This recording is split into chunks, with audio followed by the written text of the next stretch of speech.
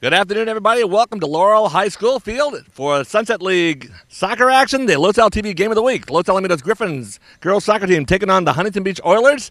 Griffins are in first place in the Sunset League, but they have a tough task ahead of them today. With me today, right now, Los Al coach Steve Soler. Steve? Definitely going to be a tough game today.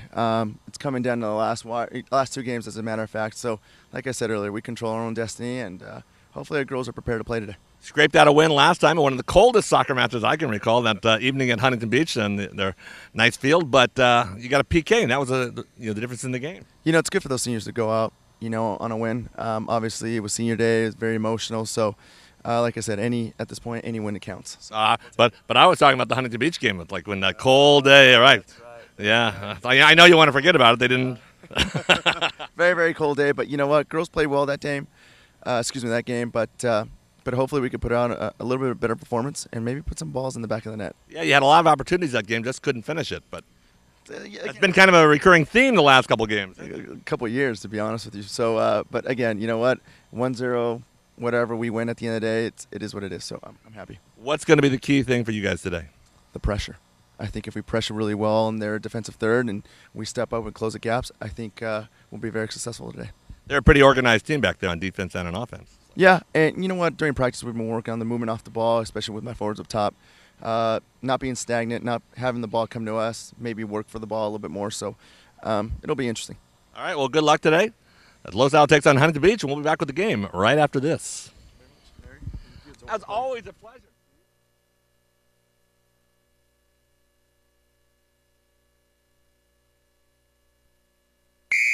Quit playing around and clean out the garage. Quit playing around, huh? I'll show her. Let's go, Joe. Nice.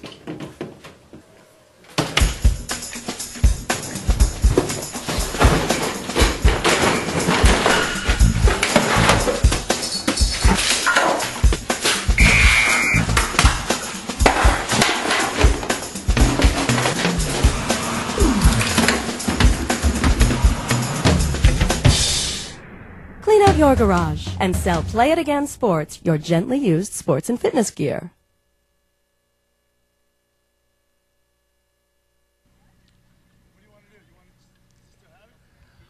Welcome back to Laurel Field, Laurel High School here at Los Alamitos, where the Griffins are getting ready to take on the Huntington Beach Oilers Sunset League action. The Griffins trying to stay in first place. And our broadcast partner, Taylor Cole, is a little delayed. She actually has a real job, one that pays money as opposed to the big bucks that we offer here at Los Al TV. But stepping in to help us out right away to start, Jason Eichelberger of the Orange County Register. How you doing today, Jason? Always a pleasure to come up here and see some Griffin soccer. Griffins looked pretty good last time you saw them. You saw them against that Edison game last week, right? Oh, yeah. Definitely a great match. Those two teams about even, and, one mistake here, one mistake there on both sides, and you have a 1-1 tie. Griffin parents, of course, thought that they were hosed by a lot of referees calls there. You're a neutral observer. What do you say?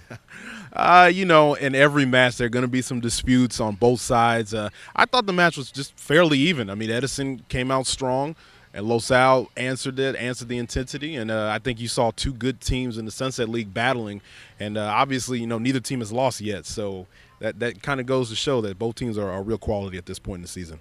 Griffins eked out a win over Huntington Beach in the first half. They played them at Huntington Beach and beat them 1-0 on a penalty kick by Allie Emmons, the junior captain. Huntington Beach tied Edison earlier in the season. So and that's the difference right now in the league between Los Al and Edison, that ties. So, and Edison, I'm sure, would love to have Huntington Beach return the favor and tie Los Alamitos today, at least, if not win. They're definitely rooting for the Oilers here this afternoon. Records: Los Alamitos has a 6-0-2 record. They're 11-3-7 overall. Edison 5-0-3. 13-3-4 overall. The Griffins are ranked number 5 in the Orange County, and Edison's ranked number 6. And there you go. You see Huntington Beach right there, 3-2-3, 8-4-6. I think they're tougher than that 8-4-6 record shows because they've played the Griffins tough the last couple of years. This is a big game for the Huntington, too. They can automatically clinch third place in this league with a win here today. So, they're going to come out fired up and ready to go. They have Lindsay Archer has been one of their key scorers throughout the year, 5'9" senior forward, and Dottie Roten's been a good scorer and assist maker, 5'6" senior forward as well. All right, we are off. Jason's got his clock going, so I won't bother to do mine today.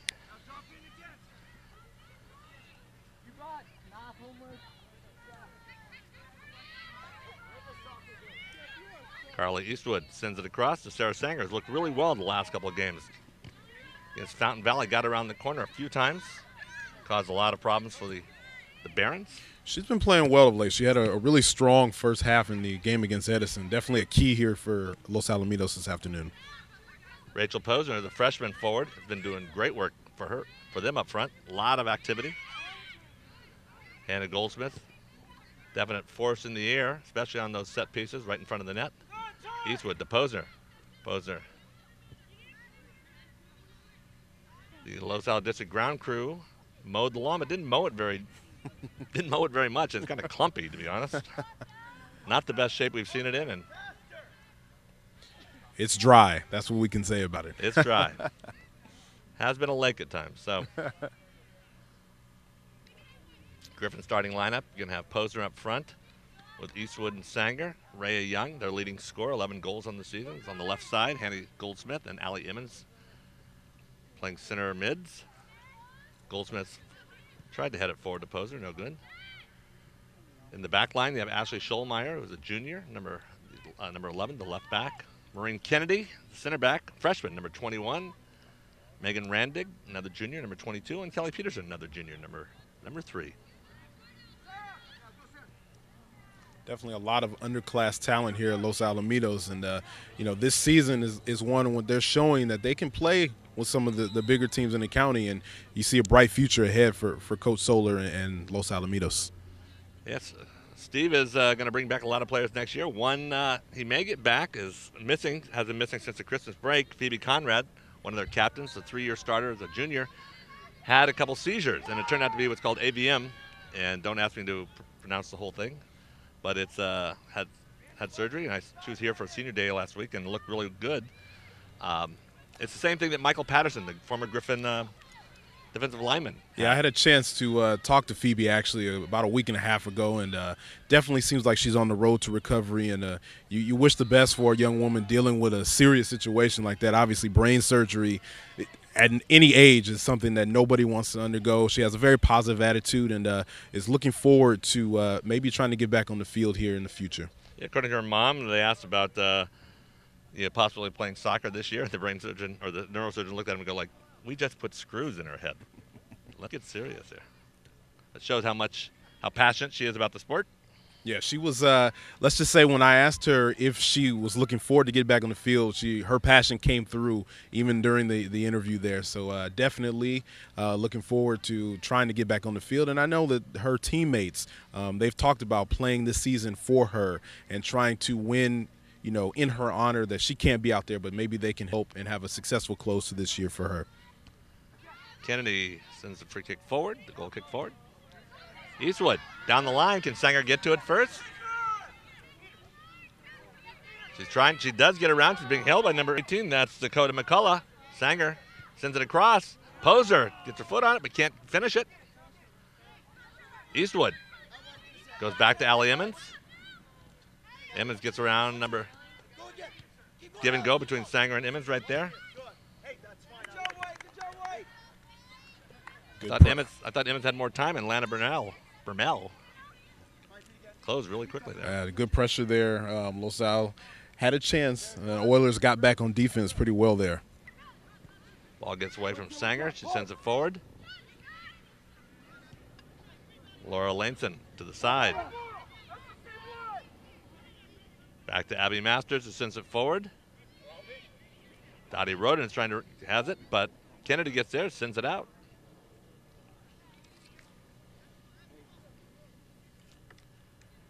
Only 3 minutes into the contest so far. Los Alamitos versus Huntington Beach. Griffin's trying to stay in first place in the Sunset League. Kennedy tries to send it ahead, but it's intercepted. Posner deflects off her. Back to number 15. That is Carolyn Archer. Kendall Gerardo sends it across to number 18. Dakota McCullough. Sanger sends it ahead.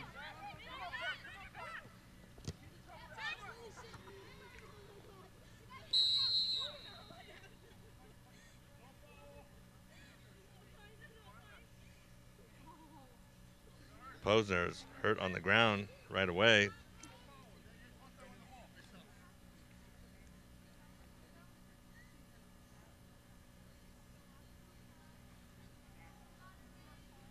She and the Huntington Beach player, 50-50 ball there. Both got the full power of their leg into it. You see that type of play a lot in soccer, and it's one that, people hold their breath because when two people make contact on the ball like that, sometimes legs can bend and twist, and you just hope that she can, shake this off and we'll be okay.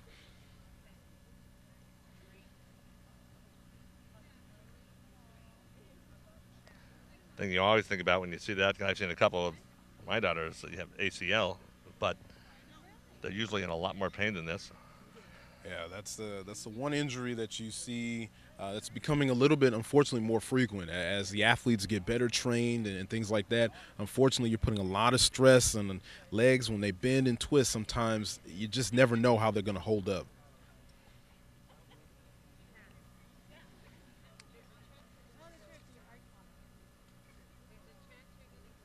The trainer is not here yet. John Hansen. LaSalle has a really good training staff. John Hansen teaches sports medicine at the high school and probably finishing up over there right now. Tapes a lot of the football players and other sports before they do their contests.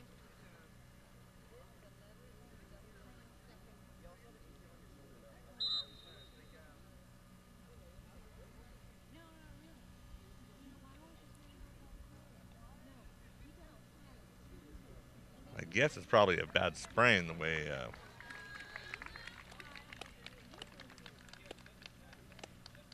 You just hope that maybe it was something that can, be healed and is temporary and nothing too serious. tough luck for Rachel Posner right there. She's been a very solid contributor for Coach Solar and Los Alamitos this season.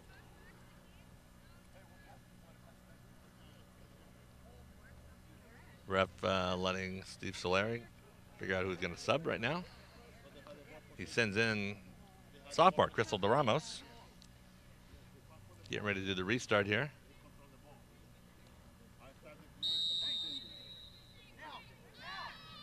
Poser is being looked at right now on the bench by Katie Peterson, no stranger to knee injuries. Former LaSalle led the team to his last CIF appearance.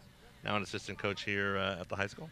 Definitely one of the better players that's come through this program in the last few seasons. Definitely a big part of why LaSalle soccer was definitely very strong at that particular time.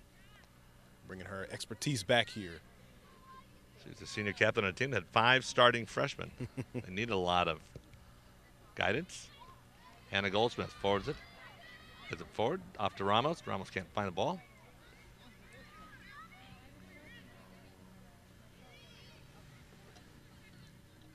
Sent forward. It's going to go out beyond the goal line. Going to be a corner kick off Los Alamitos.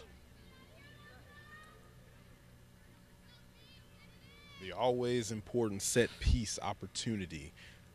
These seem to decide a lot of matches when you get two very good teams together, and obviously this is a play in which execution has to be solid, and let's see if Los Al can defend it or if Huntington Beach is going to be able to execute.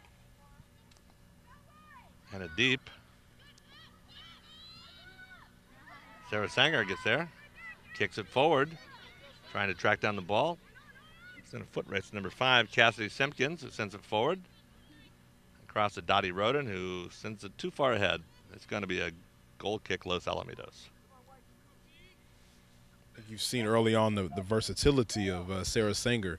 Got ahead on there in that corner kick. She was down here on offense a little while ago, leading a run into the attacking third.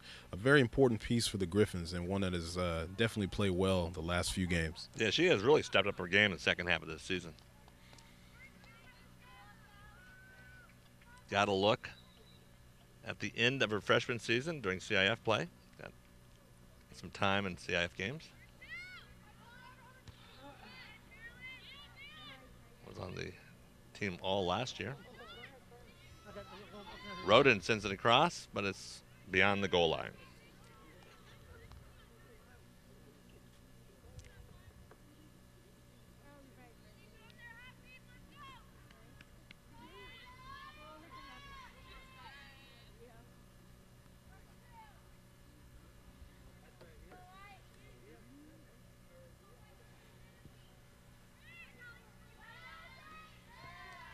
Flick forward by Allie Emmons.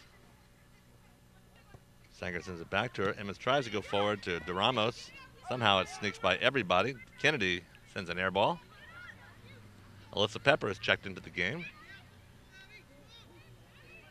Collision there between Hannah Goldsmith and number 2, Abby Masters, who sends it forward to Roden, but Megan Randig gets there first. Roden still fighting for the ball. Randig sends it out of bounds. Huntington Beach has passed pretty well early here in the match. Definitely trying to get some attack going into space and doing a good job early of keeping the pressure on the Griffin defense. Well, we see Taylor Cole has made her way to the conversation, to the scoring table. Taylor, you remember Jason? I do. It's nice to see you again. Always Jason, you remember Taylor? Everybody here? It's always a pleasure. It's always a party on the Griffin sidelines here.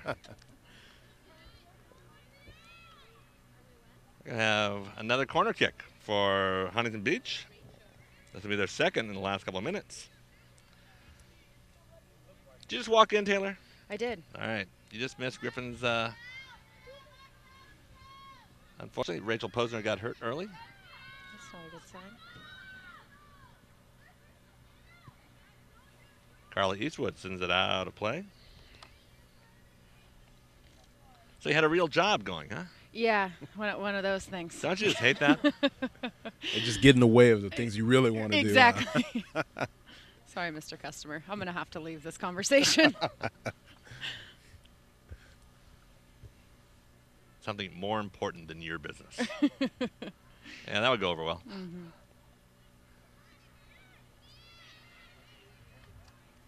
Alyssa Pepper with a deflection.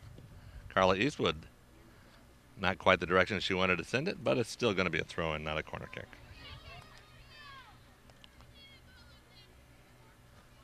Once again, Huntington's keeping the ball down deep in their attacking third, and you don't want to let these early opportunities go to waste. You don't know when you might get a chance to get back there.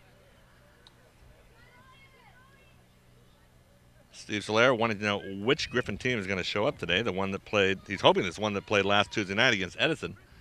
The one that played last Thursday against Fountain Valley was a little sloppy, to say the least.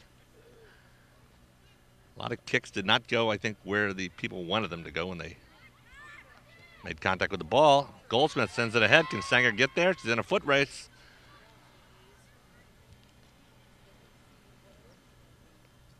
Kendall Jorgatsos sends it out of bounds. That's going to be an easy one to say all day. Goldsmith tries to go between people, loses control. Kelly Peterson sending it forward. Settled by Sanger. Sends it over to Carla Eastwood. Eastwood's going to try and get around. Is it too far forward? Yes, it is. Hannah, can I ask you a question? Why are you trying to dribble right there in the middle of the field? Do I ask for you to dribble? No, I ask for you to distribute. That's it. And win balls in the air, and then we're good. Well, I guess we know Hannah Goldsmith's role in the team. Yeah.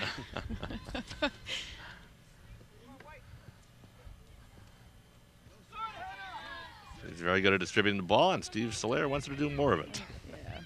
Sarah Sanger, almost a misplay there, miscommunication by Huntington Beach. When you think about Laurel Field and, you know, where the strengths are, definitely touching on what Steve said, Hannah's crucial point here is getting the ball to the further side of the field. Sanger on the outside, a huge threat for the other team. The more that she has the ball, the more opportunities LaSalle's going to have. And that's why we asked you to do the announcing, because you know what you're talking about and I don't. So there you go. See, One comment, and you already see the knowledge there. I was dawdling for 5 minutes here, and right away you put me in, put it all in perspective. Just keeping the microphone warm is more. It's actually purpose. You send it across the field with a reason behind it. Great. Wow. Open up whole new vistas for me here. Kelly Peterson heads it forward. Collision there between Alyssa Pepper and I think that was Abby Masters. I mean, by the end of the game, I'll have these rosters memorized. Pop quiz later on.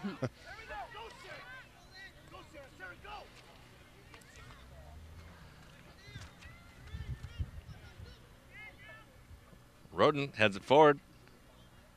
Peterson shields her. Maureen Kennedy gets there and sends it forward. But Huntington Beach maintains control. Griffins cannot get it out of the back half of their field.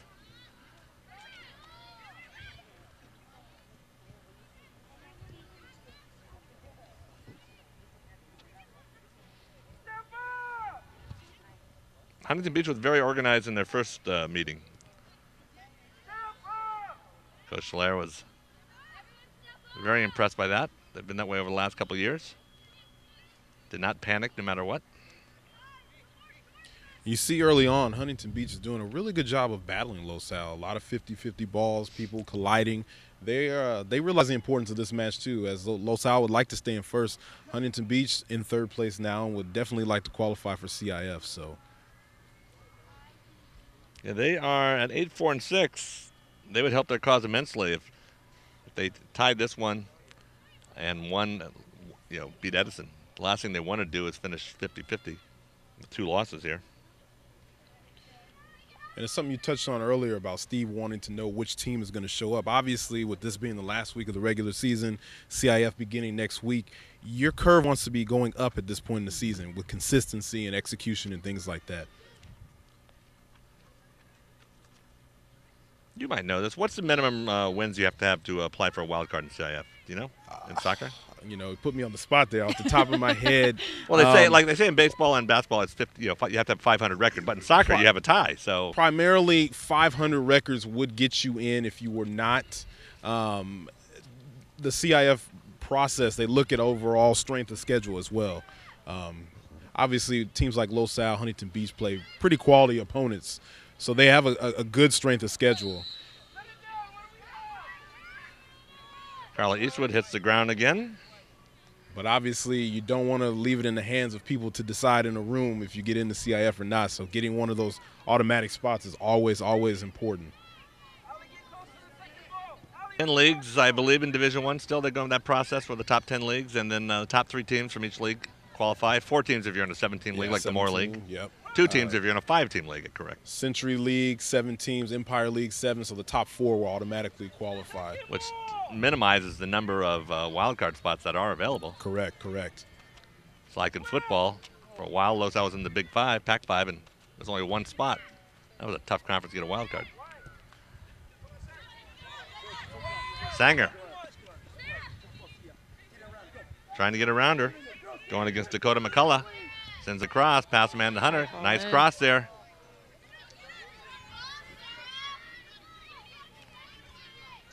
She did a lot of that the other day, Taylor, when we watched her.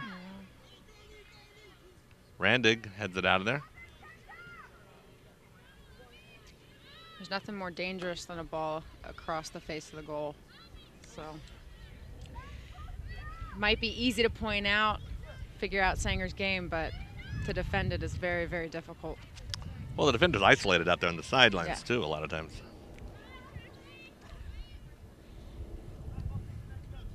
Gets the ball a little by you got to turn and build up speed right away. Of course, you didn't let anybody by you, did you? No, not at all.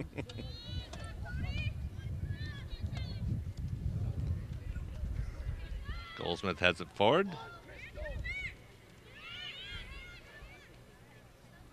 Huntington Beach controls it. This is Carolyn Archer again.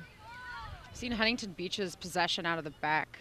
Very strong, very confident, playing the ball with purpose forward. Calms LaSalle's, kind of frantic play down a little bit.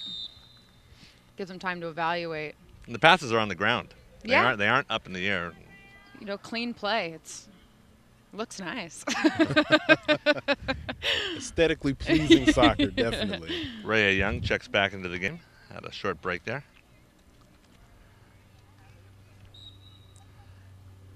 Griffin's leading scorer. She's been kind of quiet the last few games. They would love for her to get back into the groove, scoring-wise. Definitely an important part of their team as they go into CIF. You've been around this and seen a lot of soccer games, and a lot of times you see a team with a really talented goal scorer, can key a deep run into CIF. Whoever gets hot.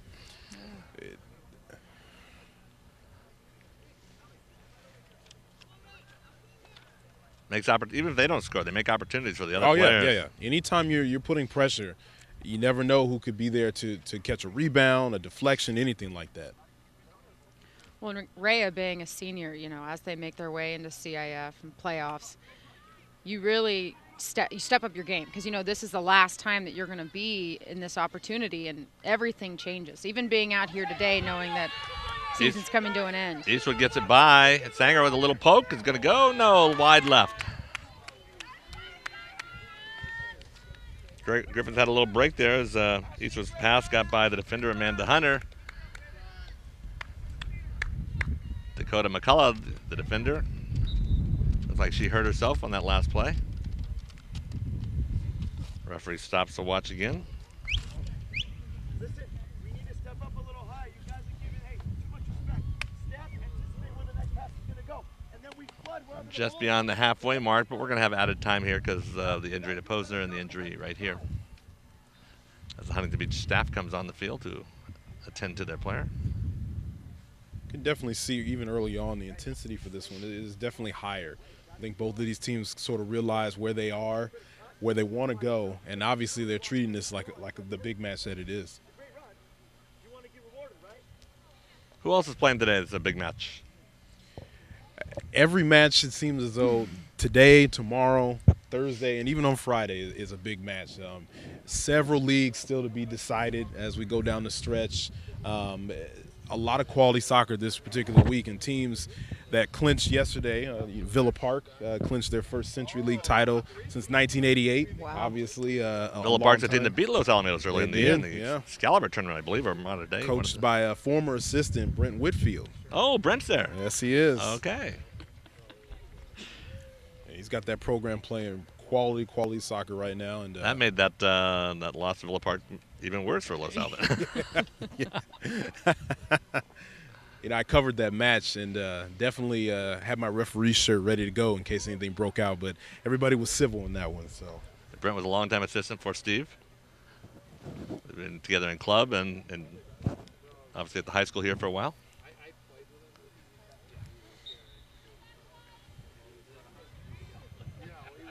I think it's playing Fountain Valley today, is it? Which should be an Edison win, but you never know when you take anybody lightly. The Griffins barely escaped last week with their. this is, as you know, this is a game where the ball bounces funny sometimes and things don't happen the way they should. Yeah, if you don't take care of business in soccer, how many times the other team gets one shot? That's it. And sometimes they'll tie you. Sent forward. Eastwood trying to track it down. Pokes it away. Randig volleys it back towards Alyssa Pepper, but it's going to go out of play. Had the opportunity to cover a match last week, Santa Margarita and Orange Lutheran, and Santa Margarita outshot Orange Lutheran 22-3. Orange Lutheran got 2 set pieces in the last 10 minutes. They win 2-1. Holy cow. Very, Those very, hurt very so. difficult. That was a tough night there in Coto de Casa. Huh? Yes, definitely was not an easy match for Santa Margarita, who thoroughly dominated and just could not get enough shots to go in. They scored off a corner kick as well in that one. So.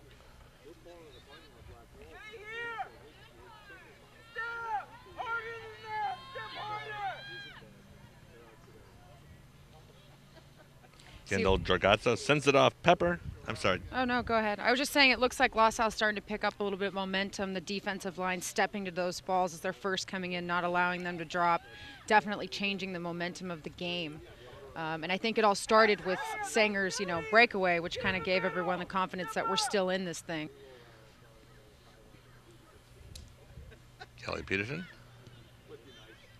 Allie Emmons.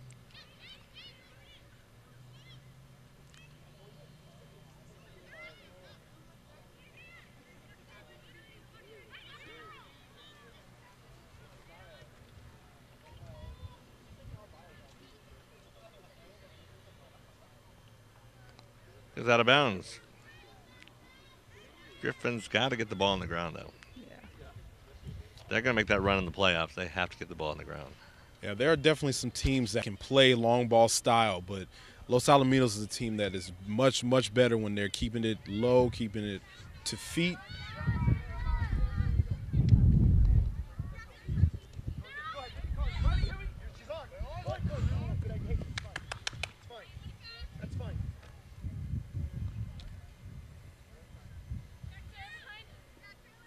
Referee, assistant referee was right there. I thought she may have been offside. Great movement. Just patient. Yeah. Very, very patient and calm.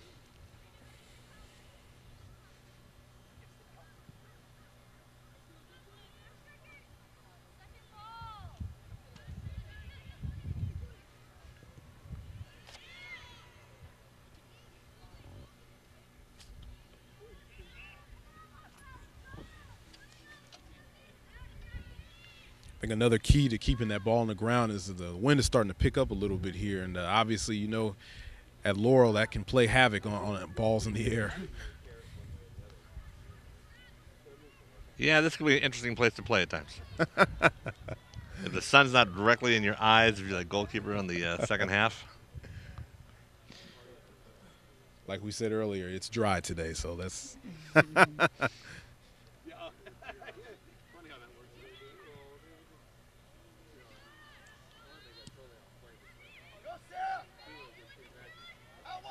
Allie Emmons chips ahead to Sanger. Nice little cutback. Kicks it right into Amanda Hunter. Hannah Goldsmith.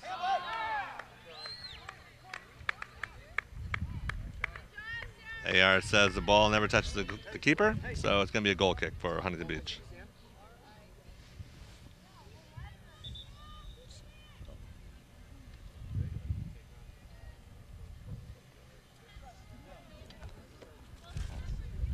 '28th minute of play.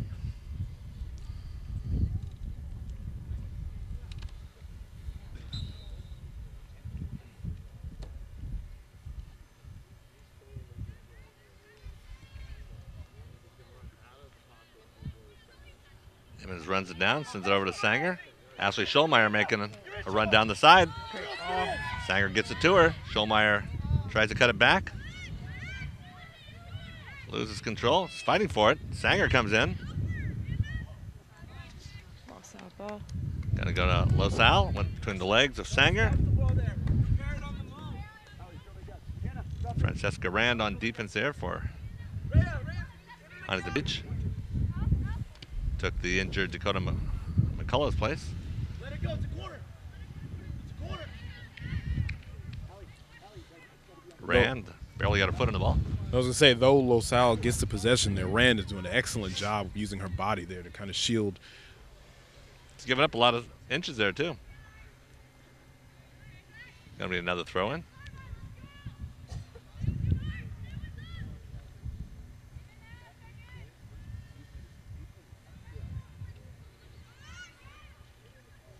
Allie Emmons. Little chip shot there. No real problems for Jane Potter, junior goalie for Huntington Beach. What a punt.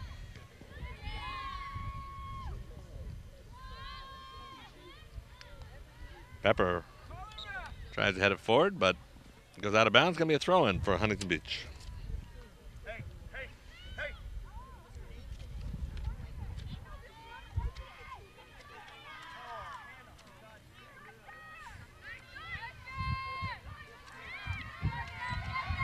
Sanger comes back to get the ball.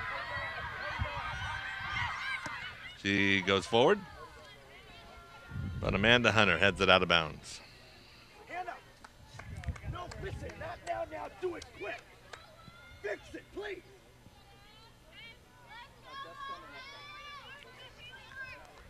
Let her get it, find her feet.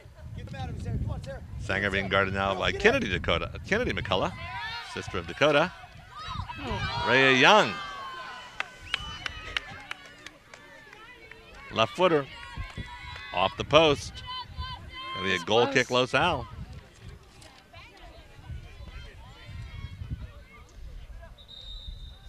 You know, Good sequence there, though. Yeah, and the pressure's definitely there. The opportunities are there for LaSalle, so hopefully we get that composure we always talk about in the box.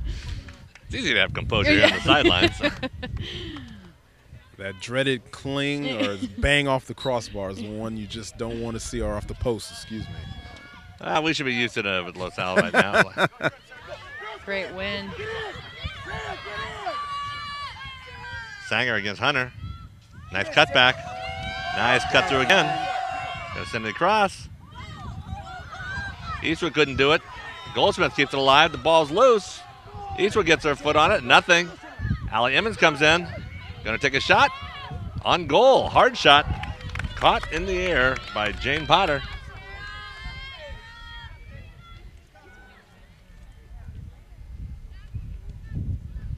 That one kind of hit her chest first. I don't know if it bounced off the way it did it, but she somehow corralled the ball.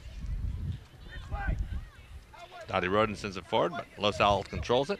There we go. LaSalle with heavy pressure on that sequence, and got to give Huntington Beach some credit. They weathered it. Definitely the defensive presence of Huntington Beach is keeping them in this game right now. Megan Randon called for the foul against Dottie Roden. A little too aggressive on the backside defense.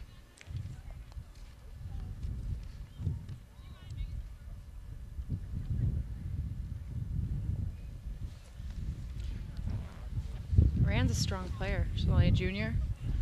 Has she always played in the back line? She's been solid, you know, and you see it today in a match obviously that's big like this.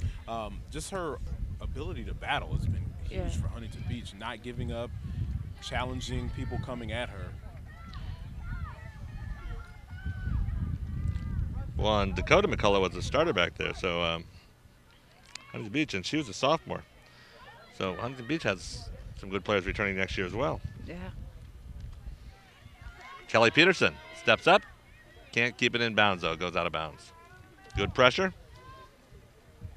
You know, a lot of times some of the other teams in the Sunset League sort of get lost in the mix because LaSalle and Edison seem to always be battling here. But Huntington Beach has definitely stepped up their level of play this season, and you see it here early on so far. They're definitely coming out, and like I said, you know, when CIF berth is on the line, you know, you get an intensity that's different than normal matches. So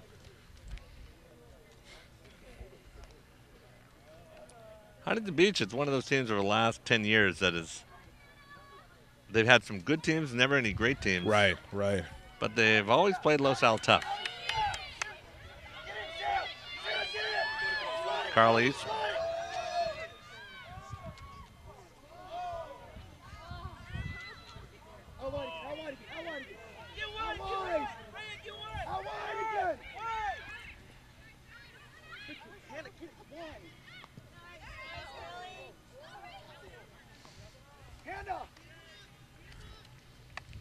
Carly Eastwood with a good try around the sides. Well, you see her, and you know, for a lot of players coming down the outside, they tend to not pick their head up. And Eastwood there, where she got caught, was she noticed that there was no one open, and she hesitated, and that's when the pressure, you know, the defense realized that, stepped forward, they did their job. I mean, it was played brilliantly. Unfortunately, we didn't have anyone open on the LaSalle side. I didn't recognize her at first because she didn't have her trademark bun. Yeah. I was thinking, who is that player? Like Somebody new? I'm looking. They call him a freshman or a sophomore? That's how rough this game is. Her bun was not bun. loose. Her bun was, yeah.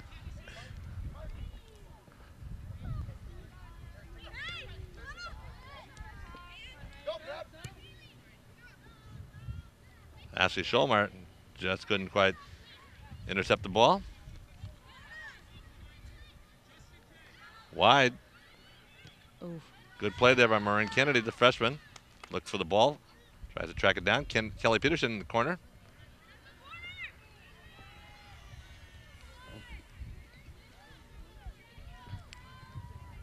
Approaching about 5 minutes here in the half. Let's see if one of these teams can get a goal right before halftime. So many times you get a little momentum going into halftime, and that can be a big deal. Gracie Cobb getting ready to check into the game for Los Alamitos. She was the hero of the game last week against Edison, scored that goal in the second half. A huge goal. Being at the right place at the right time on that particular play, and the LaSalle bench erupted for Gracie, who Coach said had been playing very well as of late. She almost had an assist at the end of the first half, I understand. Oh, yeah. She slotted a great pass just before halftime. And talking to Coach Solar after the match, he definitely was impressed by that particular pass because it was right on the money. And even though they didn't score there, it was definitely a precursor to the pressure that LaSalle put on early in the second half that allowed them to get the match-tying goal. Number 18, Dakota McCullough, has checked back into the game, and she's the one who got the handball call. Maureen Kennedy sends it forward. Great ball in. Sanger gets her head on it, flicks it forward, but it's corralled by the keeper, Jane Potter. Nice kick there from Maureen Kennedy.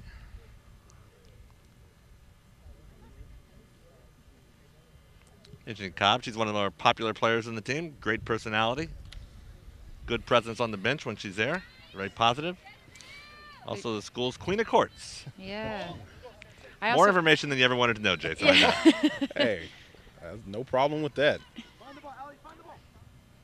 I'm sorry, Taylor, we interrupted you Oh, again. no, I actually played, you talk about Gracie's work ethic, and I played with her older sister as Jessa, well. yeah. She played, similar to Gracie, definitely hard worker, great asset to the team, and definitely carries on. You could definitely tell how much she does mean to the team because when she scored the goal against Edison, the entire bench erupted. It was her first goal of the season, so definitely a moment there where the team realized her hard work and the ability that she had to tie that big match up. Comes from a great local family, Jeff and Deborah Cobb. Even though Deborah went to Wilson, nobody holds that against her. Jeff went to LaSalle, graduated 77, played basketball, played some baseball. They've had 2 already go through the school. Jessa played soccer, and AJ played basketball for a few years. Larry once again wowing everyone with his knowledge of Isn't it incredible? a walking encyclopedia. If you all right, you covered Griffin basketball games on occasion, right? I want to say maybe once or twice. Okay. You remember when the Griffin stands, they do all the cheers and they go crazy and stuff? Ringing a slight bell, yes. Yeah, all right. AJ was the one who started that whole thing where they do all the jumping. What do they call it? The locomotion? I forget what they call it.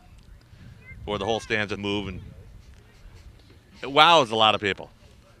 Anyway, AJ took it upon himself to get the Griffin crowds into the game. And Ray Young tries to run it down. Gets by Hannah Goldsmith. Kelly Peterson stops it.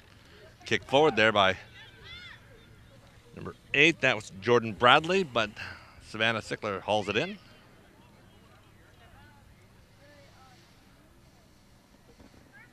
You mentioned my encyclopedic knowledge. It's knowledge that will be of no benefit to me whatsoever in my life. If it's useful, I don't retain it.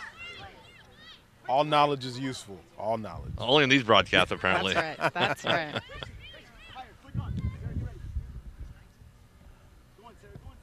Randig sends it forward. Bad luck there for Sanger. Looked like she had a nice shield there against McCullough. A shield or a stiff arm? Well, tomato. Yeah, exactly. I'm not going to take it from her whatsoever. which one is the defender here, okay? Ray Young trying to get around Amanda Hunter. Yes, she does. Sends it across to Hannah Goldsmith. Oh. Ref says play on, and Once Huntington again, Beach sends it out. You see Huntington Beach not backing down. They're stride for stride there. LaSalle definitely having the control of possession right now. And I know a little frustration of not being able to get one in, but let's see if they can keep that attack going.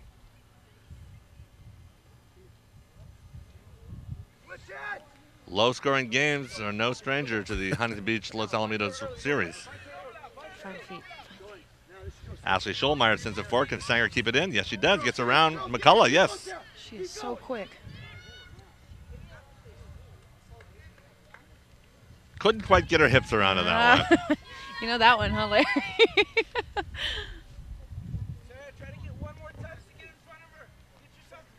McCullough would give her no ground on that one. No. She's sticking to her.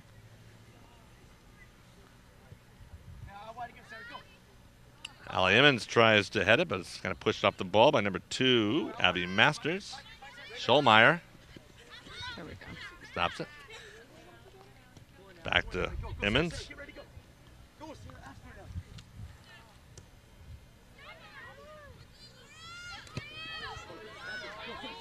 Ashley Schulmeyer sends it forward to Ray Young. Well done, man.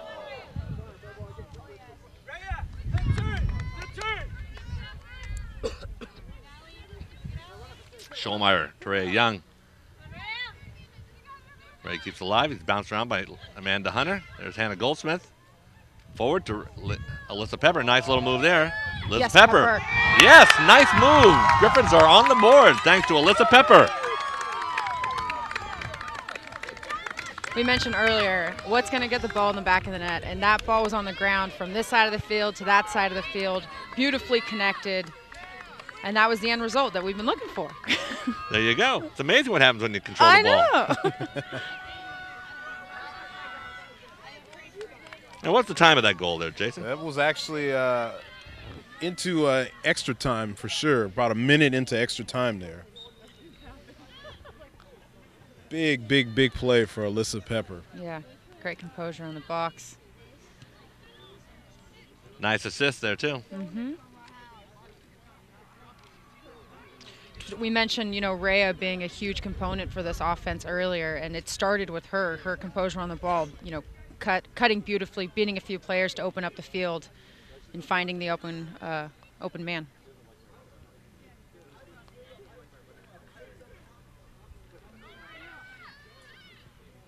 We'll see what effect that has on Huntington Beach. They've been so aggressive here in the first half to give up a goal late there. Let's see if they can still kind of rally and show that aggression. Oh. Don't know if I saw that foul, but I think the LaSalle coaching staff will take it.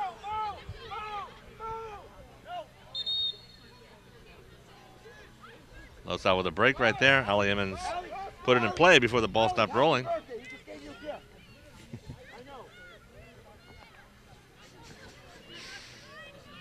Never a dull moment on the sidelines.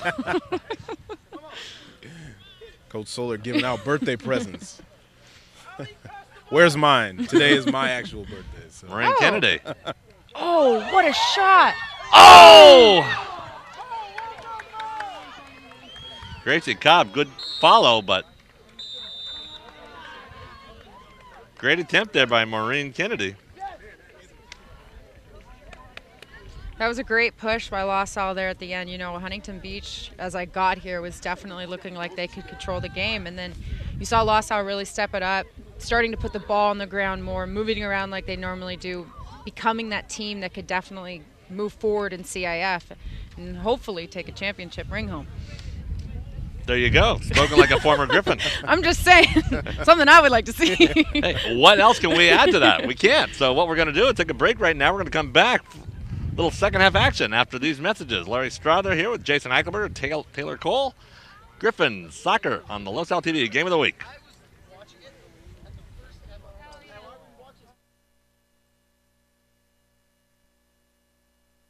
Worthington Lissac Insurance Services has been serving your area for over 20 years.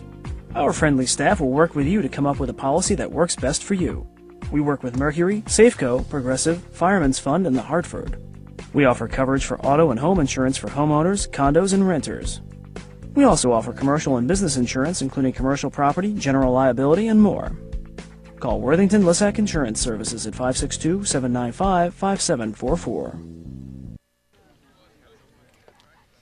All right, welcome back to Laurel School here where the Griffins are leading Huntington Beach 1-0 in our LaSalle TV Game of the Week. And as we always like to do, we'd like to thank our sponsors who help us put on these contests. There's Dan Turan, Captain Dan Turan, CPA, former boys soccer booster president. He keeps telling me that he once had some affiliation with this program. Great guy, Dan Turan. Kim Archer, class of 1984. For all your real estate needs, go check out Kim Archer. It was a great year, 1984. 1984 was a very good year. I mean, I was born, but, CI Solutions, we know this person. CI Solutions, Mark Cole, who's also lent us the expertise of his daughter Taylor Cole for our commentary today. Saved this broadcast single-handedly. And there's Randy Hill, also first-team real estate.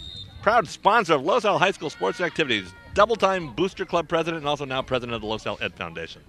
So all those people, thank you very much. Mike Worthington, too, Worthington Insurance, Play It Again Sports. Griffins, we have started the second half.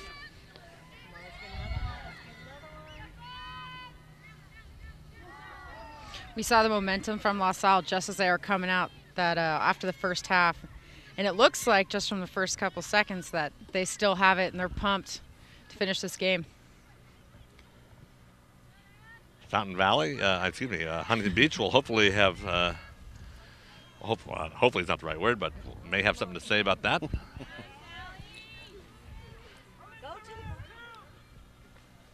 Soccer is a game that comes in waves. Momentum comes in waves. And, you know, when you score right before halftime, it is a big psychological edge because Huntington Beach have been playing very, very well with LaSalle. It's been a very even match. And for LaSalle to get the goal right there, very big. We'll see if Huntington has the answer. There's Laura Bermel sending it across the road.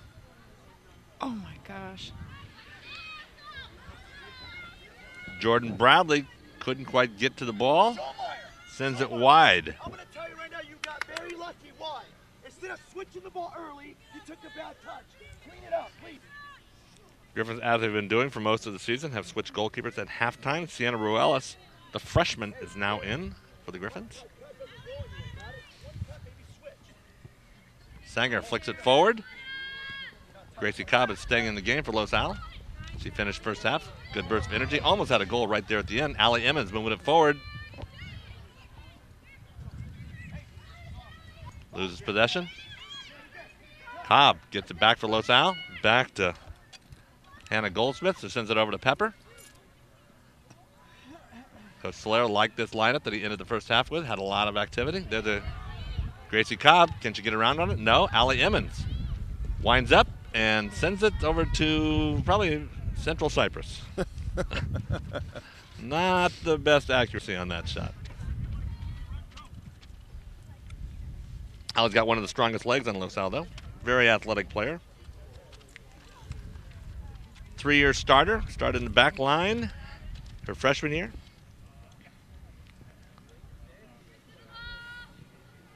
Volleys it forward to Rhea Young.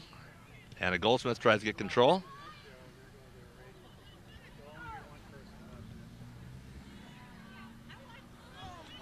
Kennedy mistimes that, sends it forward. Emmons flicks it ahead. Can she run it down? No. Up in the air again. Tries to head it over to Sanger. Can't get to it. Sanger's going to be called for the foul. She got her leg right into number 5, Cassidy Simpkins.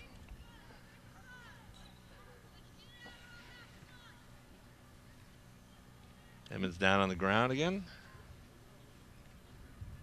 Been playing with a separated shoulder much of the season. Has a wrap on it. It's comfortable.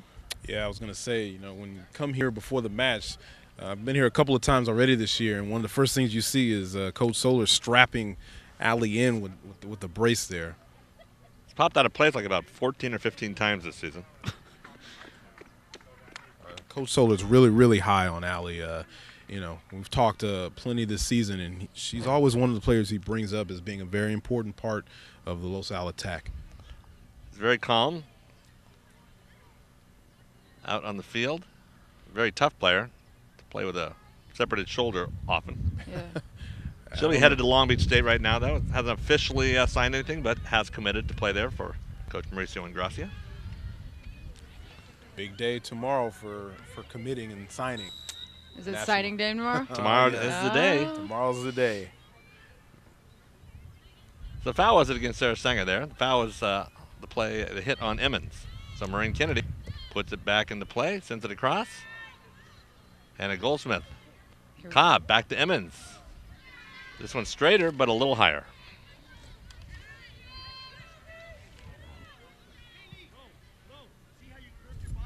Score, 1-0. Los Alamitos is leading.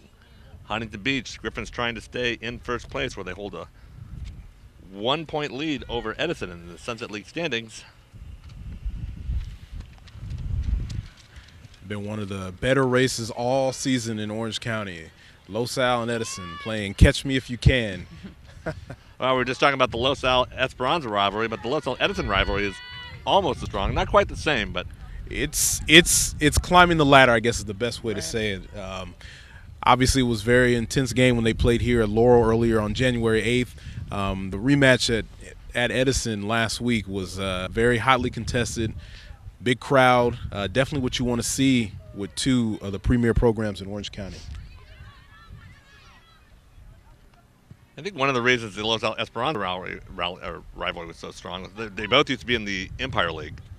And then they're only two that come over to the Sunset League, and all the other schools were from Huntington Beach. Right. For the most part, the Huntington Beach, Fountain Valley, all the Huntington Beach District, Marina. And these were definitely two teams that, location-wise, and that's one of the reasons why Esperanza switched leagues, is just, for them to have to come from Anaheim down to Huntington Beach, that's a little bit of a drive. Mm-hmm. District looking to cut some costs and gas there for the team bus. Emmons is going to have to come off. Her shoulder must really be hurting her this game.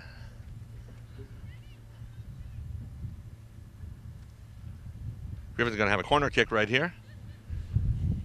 She's really kind of holding her arm off to the side. This time of year, it just seems as though injuries can be such an important factor, whether teams can have a successful run through CIF or come up a bit short. You see it here today, Los Al already with a couple of people that have been forced to leave the match.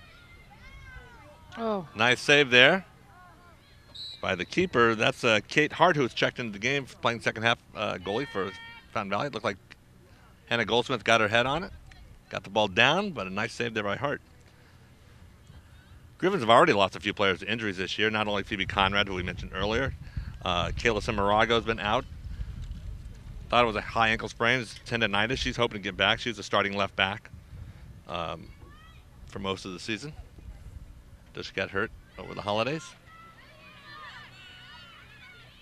You look in the history of teams that have won CIF, and one common theme you see with a lot of them is that they are deep. When they sub, they bring in quality players off the bench. Nice shot there, knocked away. Another good save there by Hart. Cobb back to Rhea Young. Young tries to get around on it. Hannah Goldsmith can't quite get around on it. Lana Bermel off to the side. There's Roden. Roden's bringing the ball up the left side. She sends it forward. Haley Bergeron, but Maureen Kennedy gets to it first. Maureen, clear it first time out. Throwing off 14, Bermel. And Scholmeyer is going to have a throw in right here.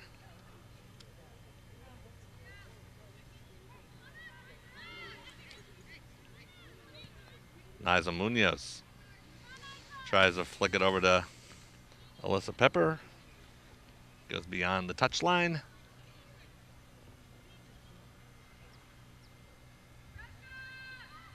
Bermel. Munoz guarding her. Back to Bermel. Trip foul being called against Nisla Munoz. Nisla, get on your toes, ball from one way. Coach Solar will never be confused for not being passionate about what he wants the Griffins to do.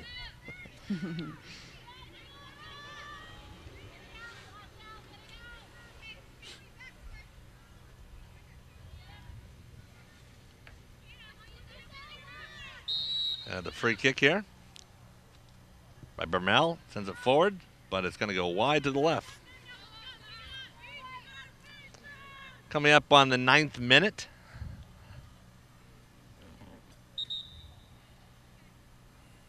So the Griffins have already lost Posner and Emmons.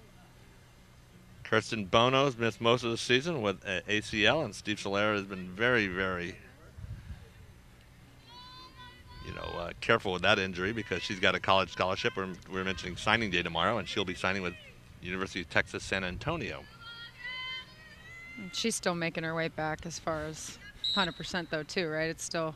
Yeah, I'm sure she's very frustrated. You think you're ready, but I know just, you've been through it. Yeah, your physical limitations aren't what they used to be. You're not in shape, obviously. You're not in field shape.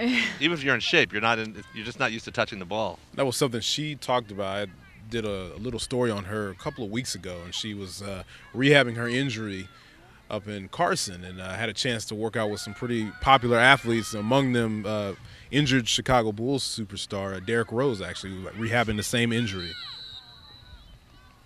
And you don't see Derek playing any soccer games No. now either. So. Definitely not playing anytime soon, though he appears to be on track for a return to the court just after the All-Star break. You guys are just wells of knowledge. Hey, he knows that there were 7 holding call plays on that It's been that punt in the Super Bowl, the last play. Super Bowl was quite painful. Definitely For both of us. painful. Is it August yet? Why am I bringing it up? It's so painful. Kelly Peterson sends it forward. Ooh, Left-footed shot. that was Kelly was a player who was a forward, and I remember her locally AYSO, and she was a forward, small forward, scored a lot of goals, got in the club, and just because she's so aggressive and pushy, they put her back on Yeah. defense. Yeah. She hated it. she's And accepted her she- role now. She accepted her role. Yeah, it's like she does very well, and so she's too good at it. They always put her back there. She can make the run, which Right, being an aggressive outside back is invaluable. I mean, you're adding someone to your offense that a lot of teams, they don't have that versatility to pull someone all the way up and then expect them to get all the way back too. a great number of your in college ball, a great number of your outside defenders are former forwards Right. because they can make that run up the field and have good possession on the ball. Great ball skills.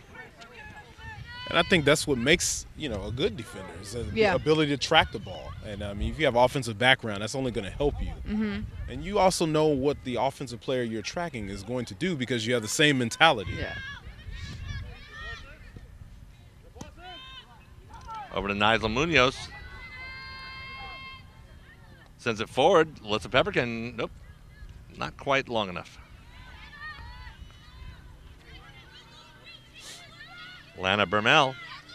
Foot race with Megan Randig. Looks like Bermel's kind of winning this one.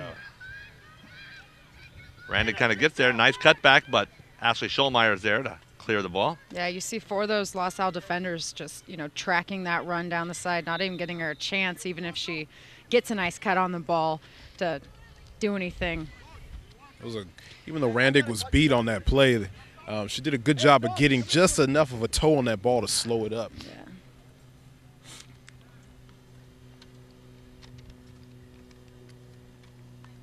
Referee stopped the clock as the referee comes over to talk to Coach Solaire. Look at the CIF rankings here, Jason. You see Capo Valley number 1, Dana Hills 2, Harvard Westlake 3, Mission Viejo 4, 5 Villa Park. You have any thoughts on those? Right now, Capistrano Valley is a team that has just been playing so well. They're unbeaten going into tomorrow, their final match against Trabuco Hills. Unbeaten in their last 17 matches. They clinched the CV League title on Saturday.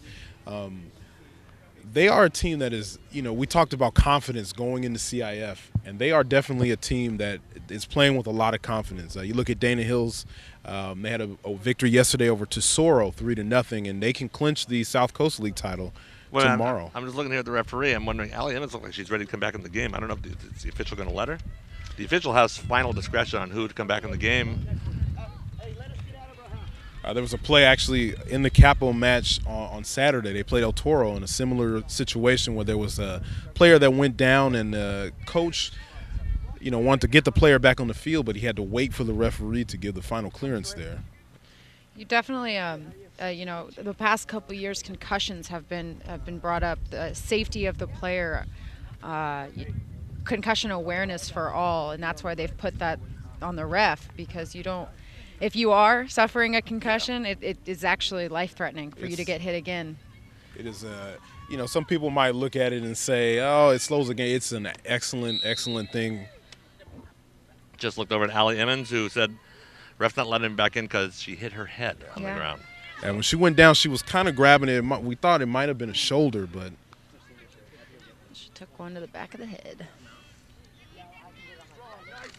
John Hansen's over there doing the eye check. Go to the ball, Rhea! It was 2 years ago, Allie Emmons was upended here and had to be taken off the field in an ambulance. Which she was fine. It's like the referee's like, no, we can't do this. She was fine. And the parents are going like, we had to spend $400 on an emergency call at the hospital because of this referee. Thank you very much. Those ambulance rides are quite expensive. From personal experience, I can tell you. Don't want to do that. Kelly Peterson ahead to Sarah Sanger. Very deceptive move there. Nice ball forward, but a little too hard. We talked more about confidence, and you can just see it with Sanger right now. She feels as though she can pretty much do just about anything on the field, and she's been a big, big reason for LaSalle to be ahead right now. Munoz getting a lot of action today. Rhea Young tries to get to it, can't quite do it. Kick forward by Amanda Hunter. Hannah Goldsmith probably could have done better to hold on to the ball first. But didn't want to have Steve get mad at her again like earlier. No, never. Another player the Griffins are missing who injured herself the last Huntington Beach game, Rachel Price, was starting as the center back. They'd gone to a diamond. I mean, last time I saw Steve Solaire play with a sleeper or a sweeper. He played with a sleeper and a sweeper. That's why the defense wasn't working that good. But Rachel Price has not really played much. She got in a little bit in the senior day game against Fountain Valley. Good play there by Randig to step in. Huge, huge play there. Dottie Rodden was clear into space there. Randy got a foot on there just in the nick of time. Schulmeyer fights. Going to be called for the foul, though. She and Dottie Roden having a battle over there. We are in the 17th minute. Actually, we're in the 18th minute if the clock reads 17. So what am I saying? It's not getting any warmer. Certainly. Oh, no. Oh, my gosh. Nice play there by Goldsmith. We had a collision between Ruelas and, is that Kennedy? Yeah. Bloody nose? No. Maybe. Referee calls for the trainer and the head coach to come out for both players. Looks like Kennedy hit her nose. It's a good one. Battle scars galore here today. Except we got to keep her down. I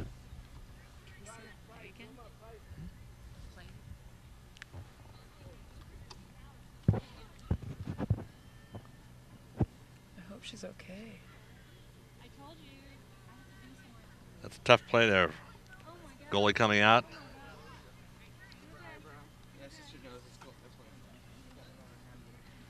Kennedy just walked by us. Looked like she had a little cut on her forehead and a lot from blood coming from the nose. You can tell she was definitely in a soccer match here today. Yeah. It was always coming off a match if you did go head to head and you saw blood and you're like, where's it coming from? And as you get to the sidelines and everyone's face drops, you're like, I really hope something's not seriously wrong with my face.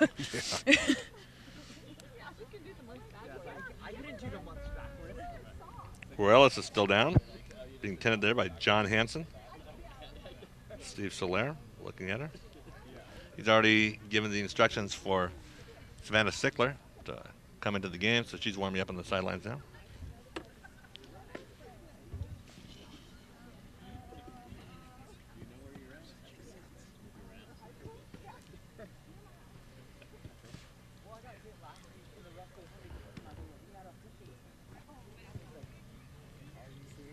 Action galore here on the sidelines for the injury side.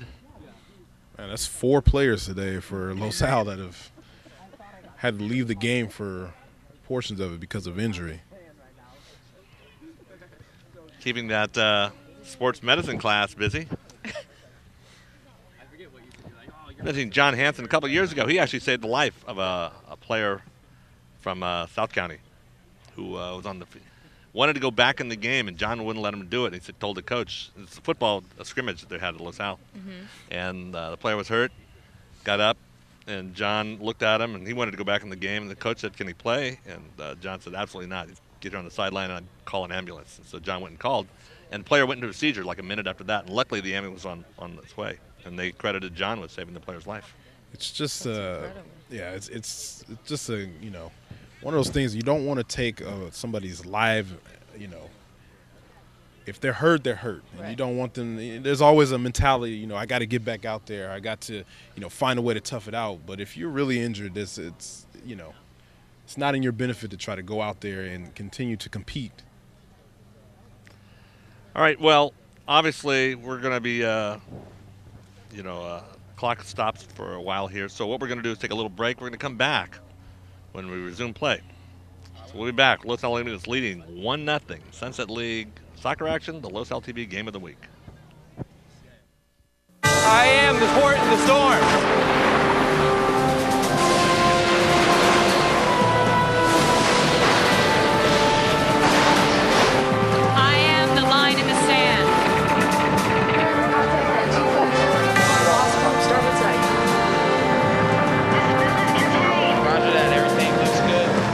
The rescuer in the dark. It's okay, I got you. I am the enforcer of the seas. United States Coast Guard, E2 and prepare to deploy. Here we go, do it now. Put your hands in the air. United States Coast Guard. Do not resist. Get in there. Get down. We are the defenders of the homeland. We are the shield of freedom. We are the United States Coast Guard. Heed your country's call. Join the Coast Guard or Coast Guard Reserve, the shield of freedom.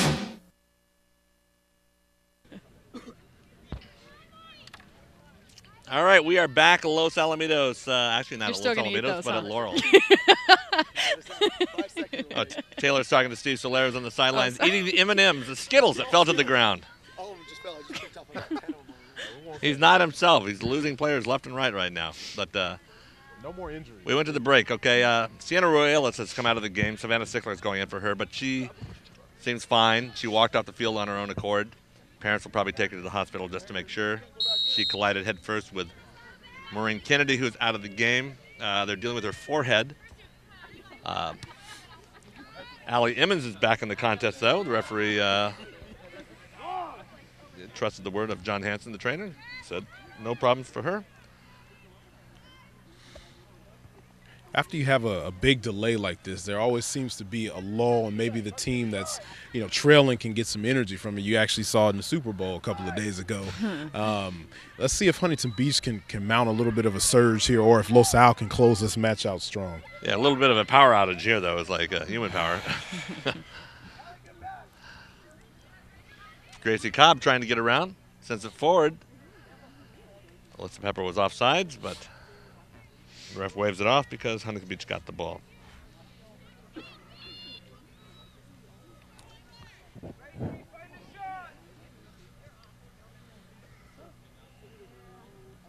So Rachel Price has checked into the contest for Los Alamitos in the back line. She didn't think she was ready last week, coming back from that ankle sprain. She thought she could play up front, but to be trusted that somebody could run down people in the back, she wasn't quite sure of it. Told Steve Solaire that. He appreciated that. Vermel getting around the corner, taken on. Price being tested right away. No foul. Randy, good job there. Ball sent forward. Savannah Sickler keeps it alive, sent out of bounds, cleared by Hannah Goldsmith.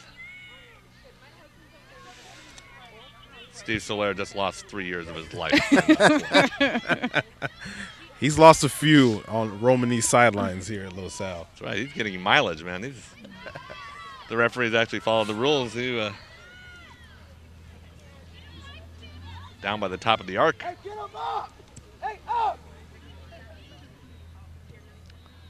Alyssa Pepper tries to send it over to Emmons. Good idea. It's we're on the same page. Back to Kelly Peterson, who kicked it out of bounds past the charging Dottie Roden.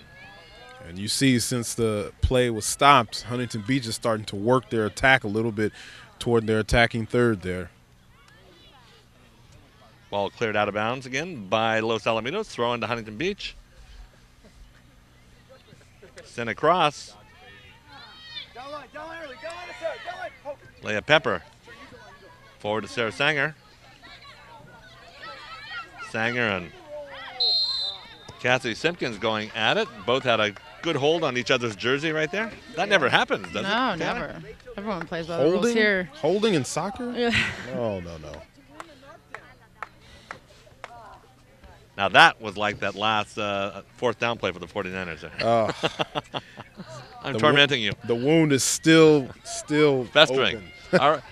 Sarah Sanger, left side. Can she send it across? Cuts back. Gets a nice room there. Oh. Rhea Young with it. Trying to take a shot. Get room for it. Yes! Nice shot, Rhea Young. Beautiful.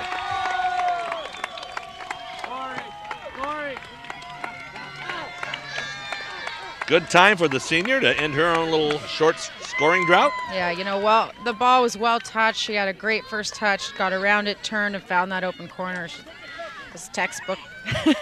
So she's been involved in both Los Al goals today. Had some nice ball possession in the first one. Slipped it to Hannah Young, and then slipped it over on the left side there to, I've gone blank on who scored the Pepper? first goal. Yeah, Alyssa Alyssa Pepper, Pepper.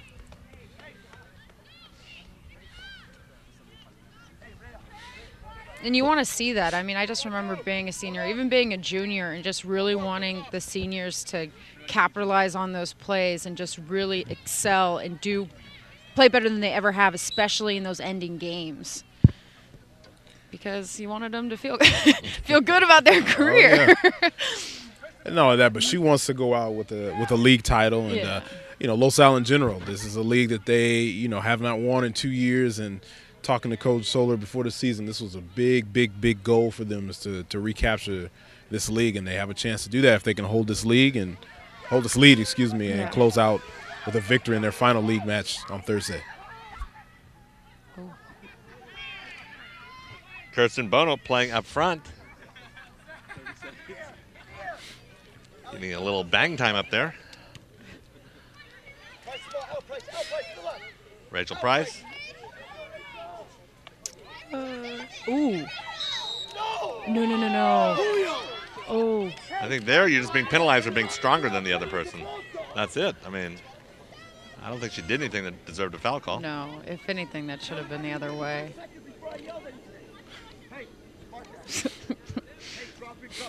Cassidy Simpkins is going to take the free kick here. Steve Soler providing the laughs for Damien. And excuse me, for Jason.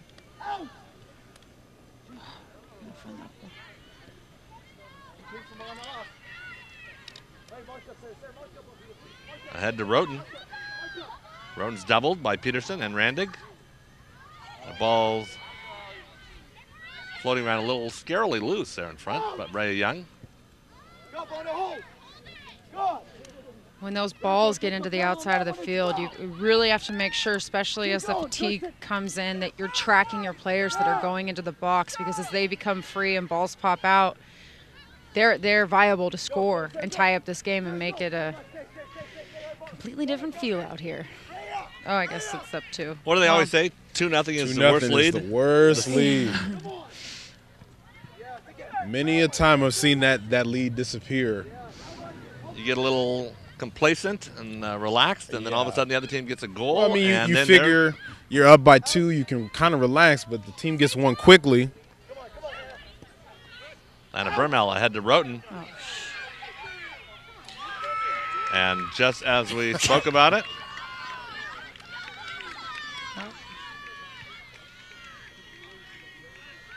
that all started with a careless clear. Went right back to the middle.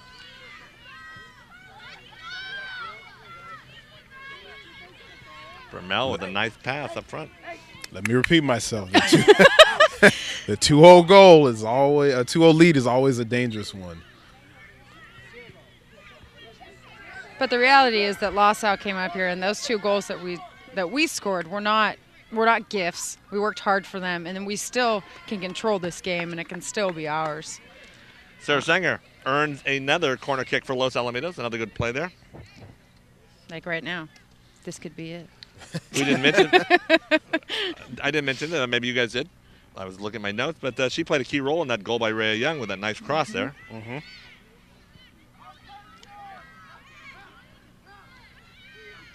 Sanger's had a good Sunset League season. Megan Randig is going to take the corner kick.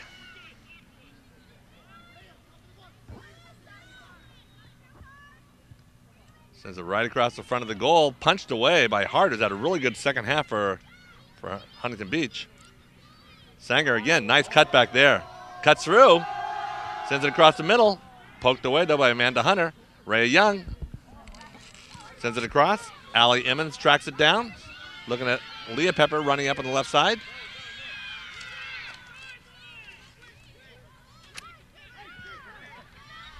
Referee had called offsides, the AR.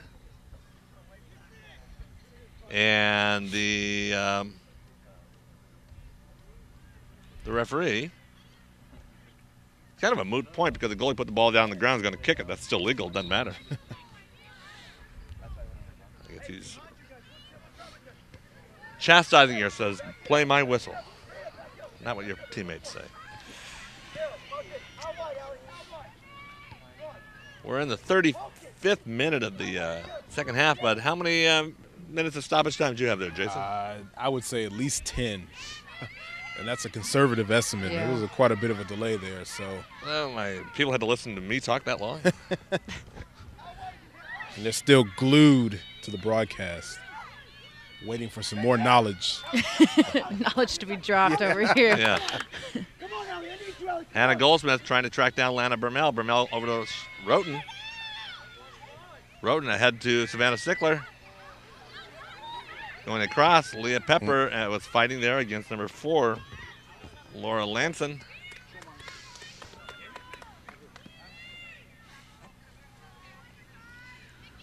That goal definitely has picked up Huntington Beach intensity. Yeah. Leah Pepper is going to come out. Ashley Schulmeyer is going to go back in after a short break. You mentioned the 2-goal lead there. Just really quickly, it takes me back to the CIF Division I semifinals in 2008.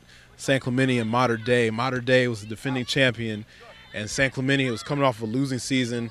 Seemed as though Mater Dei was in control of the match. They were up 2-0. San Clemente scored 3 goals in the final 20 minutes to get a win there, in a match that was secure for Mater Dei. So you definitely have seen it happen before. And see if Los Al can close this one out.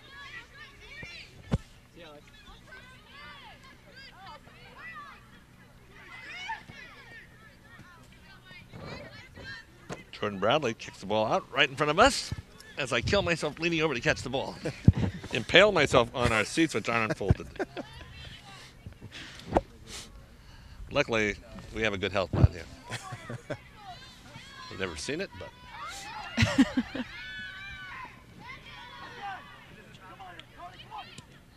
Sent across. Ray Young heads it forward. Bono can't get to it. Hannah Goldsmith ahead to Bono. Great ball. One-on-one. Cleared by McCullough.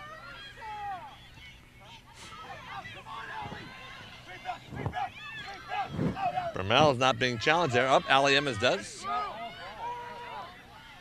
Ray Young loses possession, but Emmons has it, sends it past Eastwood. You're starting to see Huntington Beach getting a little frustrated with some of the calls. That's something that you see a lot, and it can start to get in their heads. And Roten wins that ball, sends it forward to Lanson. Kelly Peterson, great stop. tackle there. Excellent tackle, Kelly Peterson, because Fountain Valley had some numbers on the other side. Larry, it's Huntington Beach. No, No. You're watching the wrong game.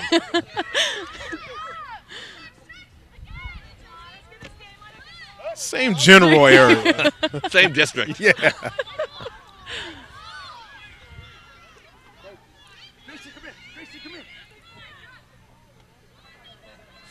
you're worried about accuracy, you're dealing with the wrong guy here.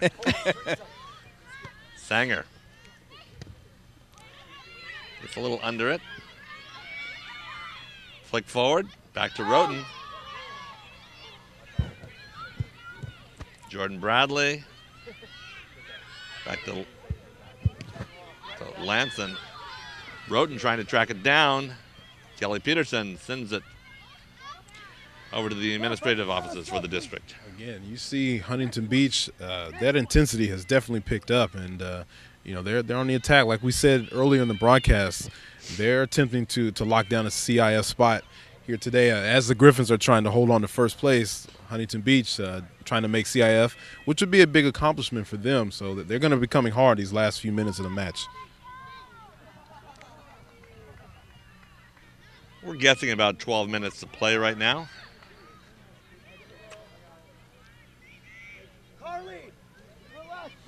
Had delays in both halves. Might get dark here. I was going to say, that's the one thing you worry about when you play here at Laurel. Obviously, once it gets to about 4:50, 5 o'clock, the sun, even though there is no sun today, will start to get dark here. The bright grayness.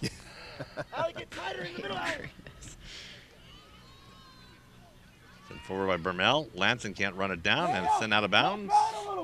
Out of play by Randig. Another throw in for Huntington Beach. Peterson overruns the ball.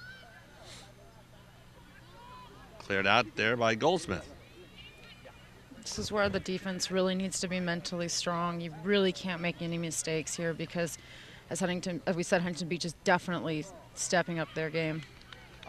Off of Kelly Peterson will be a corner kick for Fountain Valley. Excuse me, Fountain Valley again. Slap me next time, Taylor. No, don't, because it's too often. Why do I want to say Fountain Valley? I don't know. For Huntington Beach. Sent way back. Ray Young forward. Can Carla Eastwood get to it? Foot race with McCullough, but She stays with it. wide to Ray Young. They have numbers because Huntington Beach had all their players ahead for the corner kick. Carla Eastwood loses possession to McCullough.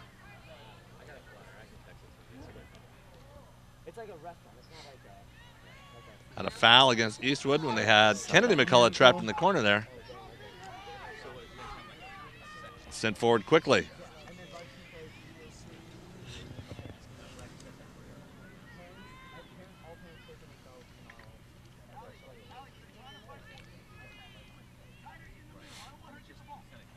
Kelly Peterson ahead to Gracie Cobb. Cleared off Huntington Beach, off another Huntington Beach player.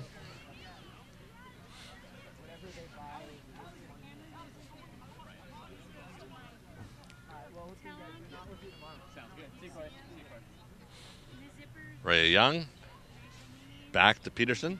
Peterson across. To Allie Emmons.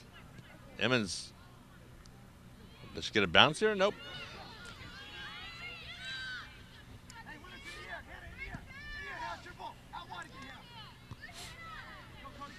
This is where, you know, all those second balls, you know, Hannah wins the first ball. You got to win that second ball.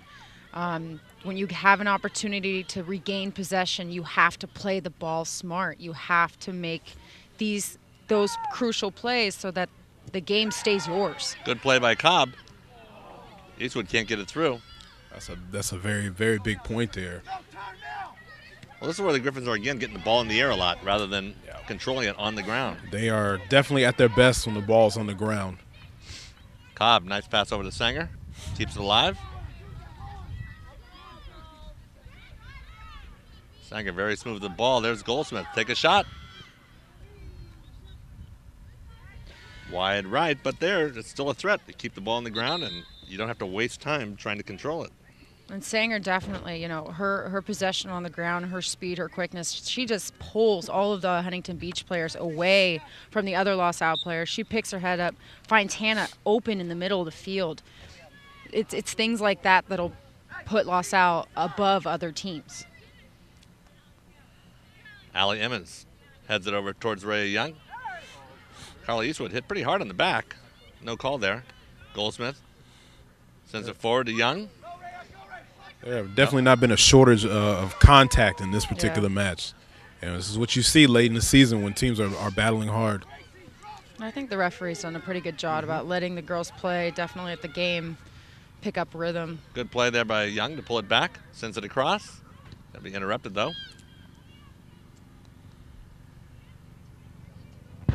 Good pressure by Los Alamitos right now. Larry, you got to get a heater out here. Yes. It's on order. I think it got shipped to Fountain Valley, though.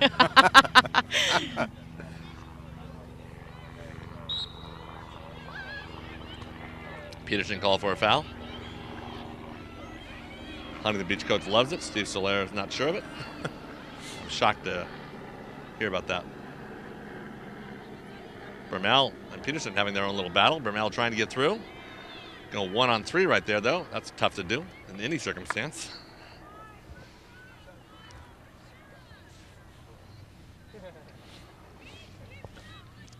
In the 45th minute, with 19 more to go. Sent across. Lanson, there you go. Great, Ashley wow. Schulmeyer wins that one. Here we go, Gracie. Gracie falls down. Eastwood back to Hannah, over to Allie. Emmons caught from behind. Cobb gets there. What? Emmons going to be called for the push from behind.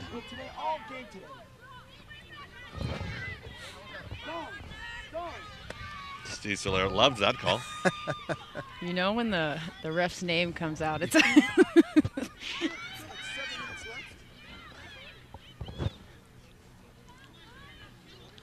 Luckily, there were no other adjectives that came after that.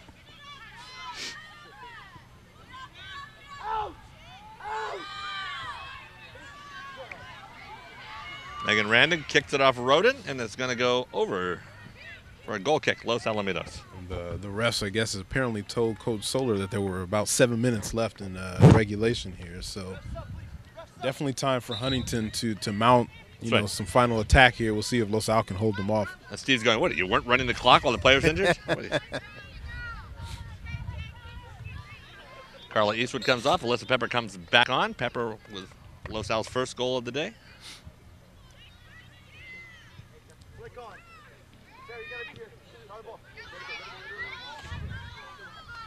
Ball's going to go over to Los Alamitos. Steve Soler gives us a ball demonstration, skills demonstration, picking up the ball.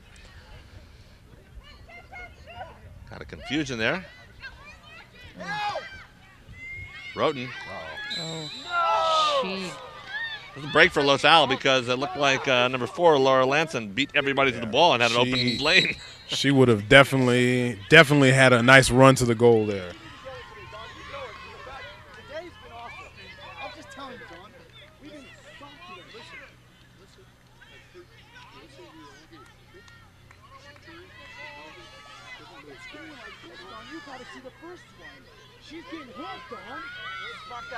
Referee being very patient with Steve Soler right there. Not going to say that I always agree, but I'm going to go with Steve on this one. I will remain neutral. This is Lana Bermel, or Bermel. One of those is going to do the kick. She goes across the middle. Allie Emmons heads it away. Oh. Forward. Ball's loose. In the box. It's like a swarm from AYSO somehow. Oh, now they want a handball.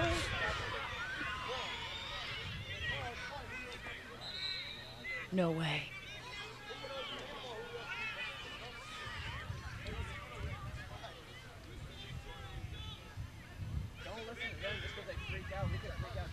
Coming over to the AR. The AR has a call here. The parents are concerned that he's making a handball call.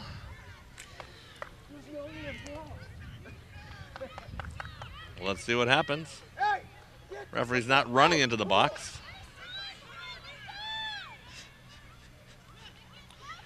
Something tells me that if Huntington Beach doesn't hear what they want to hear, it's not going to be good news. They were just talking about what they're going to do after the game. It's a long game. Let's get some food. Let's not fight the freeway.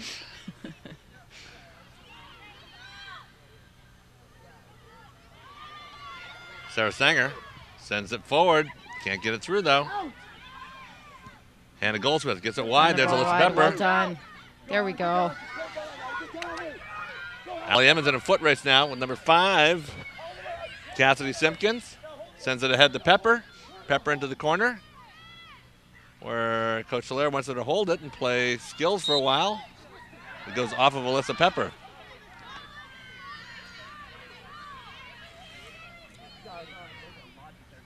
Sarah Sanger heads it out of bounds. If you can't see the ball, don't call it. Did we mention the intensity has picked up a little bit here? That was terrible. Members of the Griffin boys soccer team are on the sidelines rooting the girls on. Reciprocation for the way the girls came out to root for them in their game last Friday against Fountain Valley, where they beat them and secured a Sunset League championship. LaSalle going for the sweep there, the soccer. Double-double? Yeah. There's nothing like that. Getting closer here, if they can close this one out and close out their league schedule with a victory on Thursday. This one's not done yet, though. LaSalle has to stay on top of their game. Stay alert. Randig Great win. ahead to Emmons. Emmons can't quite get a lot. Flicked forward by Sanger. LaSalle is doing a good job of pushing the ball back.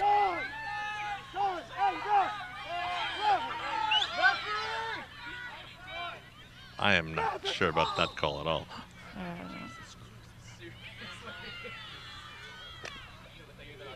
Did she come way that far back after the kick? Got Switzerland over here. Yeah.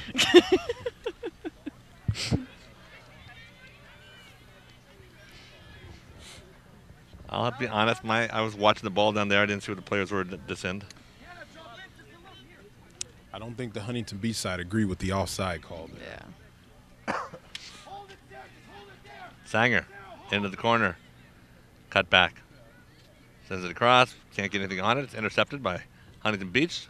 Back to Goldsmith. Oh. Ray Young. Nice little sequence of passes there. 51st minute of play. Got to be close now. About 3 minutes, maybe? I would say somewhere in that 3-2 range. LaSalle is content right now to send everything back and nothing into the middle of the field to give Huntington Beach an opportunity.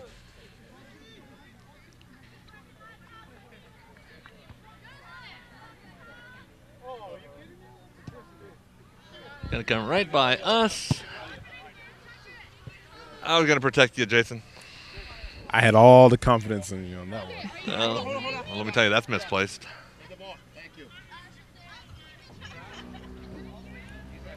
Feistiness. I don't play soccer. I can't tap those balls. If you're hearing that at home, the adjectives are flying freely here at Laurel.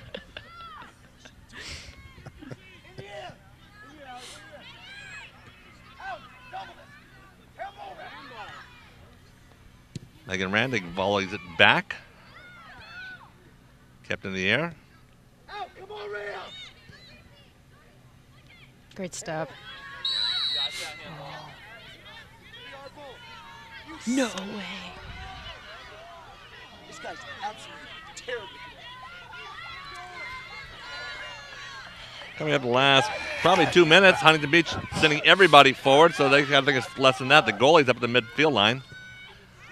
Bromell sends it forward. Oh my gosh. Savannah Sickler runs forward fearlessly. Scared Taylor Cole. But she intercepted the ball and kept it in front of her and tracked it down. As a keeper, they tell you if you're going to go, you got to go. There's no in between. So it was a great move. It was a great move.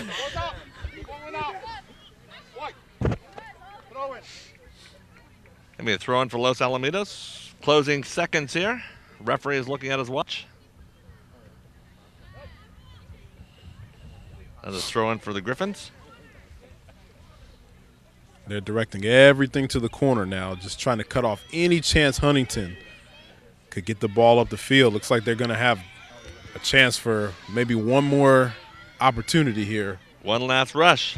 Kate Hart sends it forward, but Allie Emmons goes back to Sarah Sanger. Over to Alyssa Pepper. There we go, Pepper. Into the corner. And there, sports fans, is the game. Los Alamitos holds on.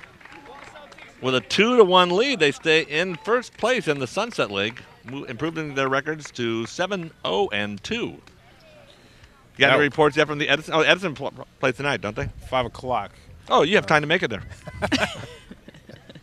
As you saw today, LaSalle is just playing gritty soccer right now, and they don't want to lose this lead that they have in the Sunset League, which is obviously very, very slim with Edison playing well as well.